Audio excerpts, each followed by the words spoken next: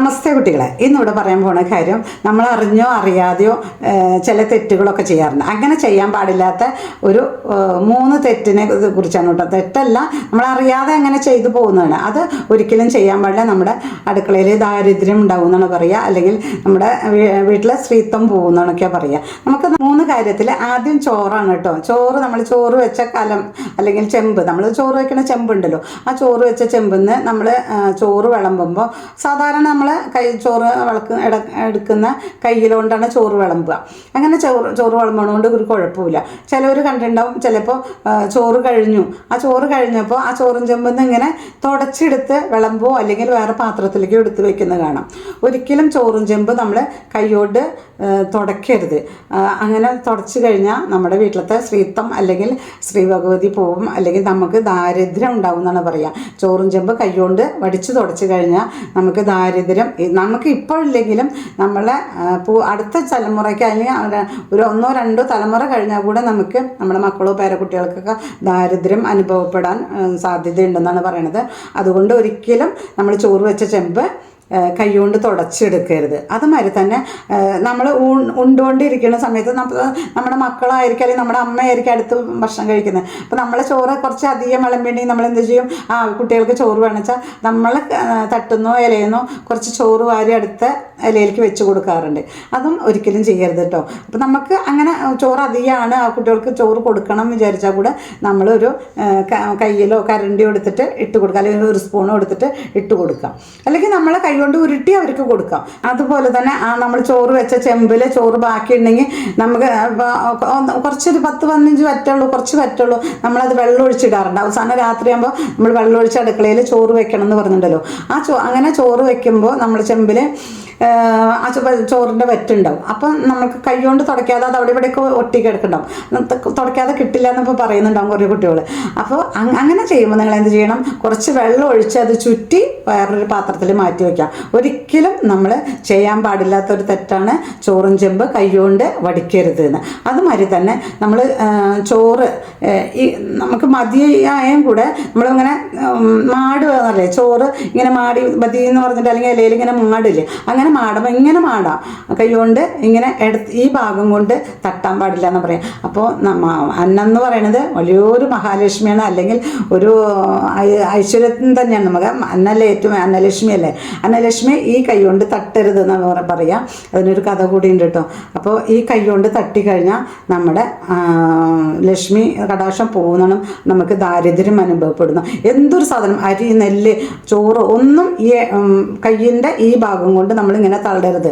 ഇങ്ങനെ വേണമെങ്കിൽ തള്ളാം, ഈ ഭാഗം കൊണ്ട് ചോറ് മാട് എന്ന് പറയില്ലേ, ഇങ്ങനെ തട്ടരുത് കേട്ടോ. അത് ഈ ഭാഗം ഐശ്വര്യത്തിൻ്റെ ലക്ഷണമല്ല. ഇതാണ് ഉള്ളം കൈയാണ് നമ്മുടെ ഐശ്വര്യം, മഹാലക്ഷ്മി ഇരിക്കുന്നത്. അപ്പോൾ മഹാലക്ഷ്മിയെ കൊണ്ട് തന്നെ നമുക്ക് തട്ടണം. ഈ ഭാഗം കൊണ്ട് ഒരിക്കലും ചോറോ അരിയോ നെല്ലോ ഒന്നും തട്ടാൻ പാടില്ല എന്ന് പറയും. രണ്ടാമതായിട്ട് പറയേണ്ട സാധനം എന്താ വെച്ചാൽ, നമ്മൾ ചെയ്യണ തെറ്റെന്താ വെച്ചാൽ ഉപ്പ് ഒരിക്കലും കൈകൊണ്ട് വേറൊരാൾക്ക് കൊടുക്കരുത്, വേറൊരാളുടെ കയ്യിൽ നിന്ന് ഉപ്പും വാങ്ങരുത്. ഏറ്റവും നല്ലൊരു മഹാലക്ഷ്മിയാണ് ഉപ്പ്. ആ ഉപ്പ് നമ്മുടെ വീട്ടിൽ എപ്പോഴും കുറയരുത്. അതുമാതിരി തന്നെ ഉപ്പ് കൈകൊണ്ട് തൊട്ട് വേറൊരാൾക്ക് കൊടുക്കരുത്. നമ്മൾ ഒരാൾ ഊണ് കഴിക്കാതിരിക്കുമ്പോൾ സാമ്പാറിൽ ഉപ്പില്ല, അപ്പോൾ നമ്മൾ കൈകൊണ്ട് വേഗം ഇട്ട് കൊടുക്കാറുണ്ടല്ലേ. ഒരിക്കലും അങ്ങനെ ചെയ്യരുത്. അങ്ങനെ നമുക്ക് ഒരു ഡബ്ബയൊക്കെ വെച്ചിട്ട് അതിൽ കുടഞ്ഞു കൊടുക്കാം, ഇല്ലെങ്കിൽ ഒരു സ്പൂൺ കൊണ്ട് ഇട്ട് കൊടുക്കാം. ഒരിക്കലും ഉപ്പ് കൈകൊണ്ട് ഒരാൾക്ക് വിളമ്പി കൊടുക്കുകയോ അതുമാതിരി ഒരാളുടെ കയ്യിലേ കൊടുക്കരുത്. മഹാലക്ഷ്മിയെ നമ്മൾ കൈകൊണ്ട് ബഹുമാനമില്ലാത്ത കൊടുക്കണം മാതിരിയാവും.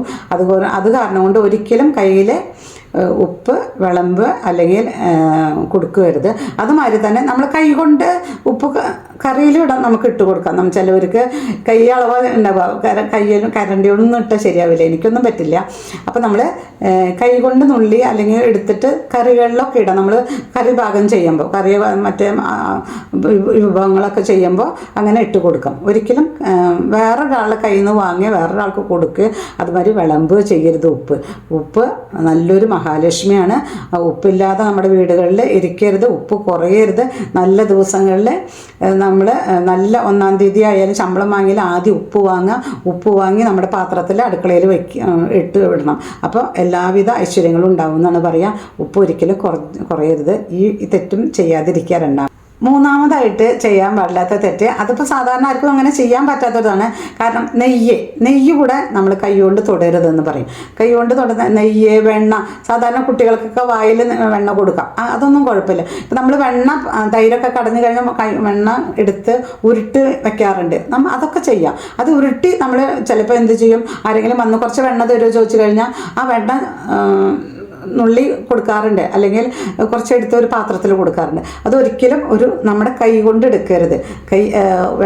വെണ്ണയും അരിയും ചോറ്, അതുമാതിരി തന്നെ ഉപ്പ്, ഈ വെണ്ണ, നെയ്യ് ഒക്കെ മഹാലക്ഷ്മി കടാക്ഷമുള്ള വസ്തുക്കളാണ്. ഇതൊന്നും നമ്മൾ കൈകൊണ്ട് വേറൊരാൾക്ക് കൊടുക്കരുത്. കൊടുത്തു കഴിഞ്ഞാൽ നമ്മുടെ മഹാലക്ഷ്മി പോകുമെന്നാണ് പറയുക, അല്ലെങ്കിൽ നമ്മുടെ വീട്ടിൽ ഐശ്വര്യം പോവും, ദാരിദ്ര്യം വരുന്നതാണ്. ഇപ്പം നമ്മൾ വിചാരിക്കും ഇന്നങ്ങോട്ട് ഉപ്പോ അല്ലെങ്കിൽ നെയ്യോ കൊടുത്തു കഴിഞ്ഞാൽ ഇന്ന് നമ്മുടെ ദാരിദ്ര്യം ഇന്ന് തന്നെ പോകുന്നല്ല കേട്ടോ ഞാൻ പറയണത്. അത് കാലക്രമേണ നമ്മൾ ചെയ്തുകൊണ്ടിരിക്കുന്ന ഓരോ തെറ്റും കാലക്രമേണ അത് നമുക്ക് അനുഭവിക്കാം. അതുകൊണ്ട് നമ്മൾ ഒരിക്കലും ഈ വെണ്ണയോ നെയ്യോ നമ്മളെ കൈകൊണ്ട് എടുത്ത് കൊടുക്കരുത്. അതുമാതിരി പെട്ടെന്ന് ചോറ് ഉണ്ണുകൊണ്ടിരിക്കുമ്പോൾ കുട്ടികൾക്ക് നെയ്യോ വെണ്ണയോ വേണം വിചാരിച്ചാൽ കൈകൊണ്ട് എടുത്തിടരുത്. അതും ഒരു സ്പൂൺ എടുത്തിട്ട് എടുക്കാൻ പാടുള്ളൂ. അപ്പോൾ ഈ 3 സാധനങ്ങളും നിങ്ങൾ കൈകൊണ്ട് കൊടുക്കരുത്. ചോറ്, അതുമാതിരി തന്നെ ഉപ്പ്, അതുപോലെ നെയ്യോ വെണ്ണയോ, ഈ 3 സാധനങ്ങളും നിങ്ങൾ ഒരിക്കലും കൈകൊണ്ട് കൊടുക്കരുതെന്നാണ് പറയുക. 3 വളരെയധികം മഹാലക്ഷ്മി കടാക്ഷമുള്ള 3 വസ്തുക്കളാണ്. അപ്പോൾ ഈ 3 വസ്തുക്കളും നമ്മൾ നമ്മുടെ കൈകൊണ്ട് വേറൊരാൾക്ക് കൊടുക്കുകയോ വിളമ്പരുത് പ്രത്യേകിച്ച് പറയാണ്. അപ്പോൾ ഇതൊക്കെ നമ്മുടെ മുതിർന്നവർ പറഞ്ഞു തന്നതാട്ടോ. അപ്പോൾ അറിയാത്ത കുട്ടികൾക്ക് വേണ്ടി പറയാണ്. വീഡിയോ ഇഷ്ടമായിച്ചാൽ ലൈക്ക് ചെയ്യുക, ഷെയർ ചെയ്യുക. നന്ദി, നമസ്കാരം.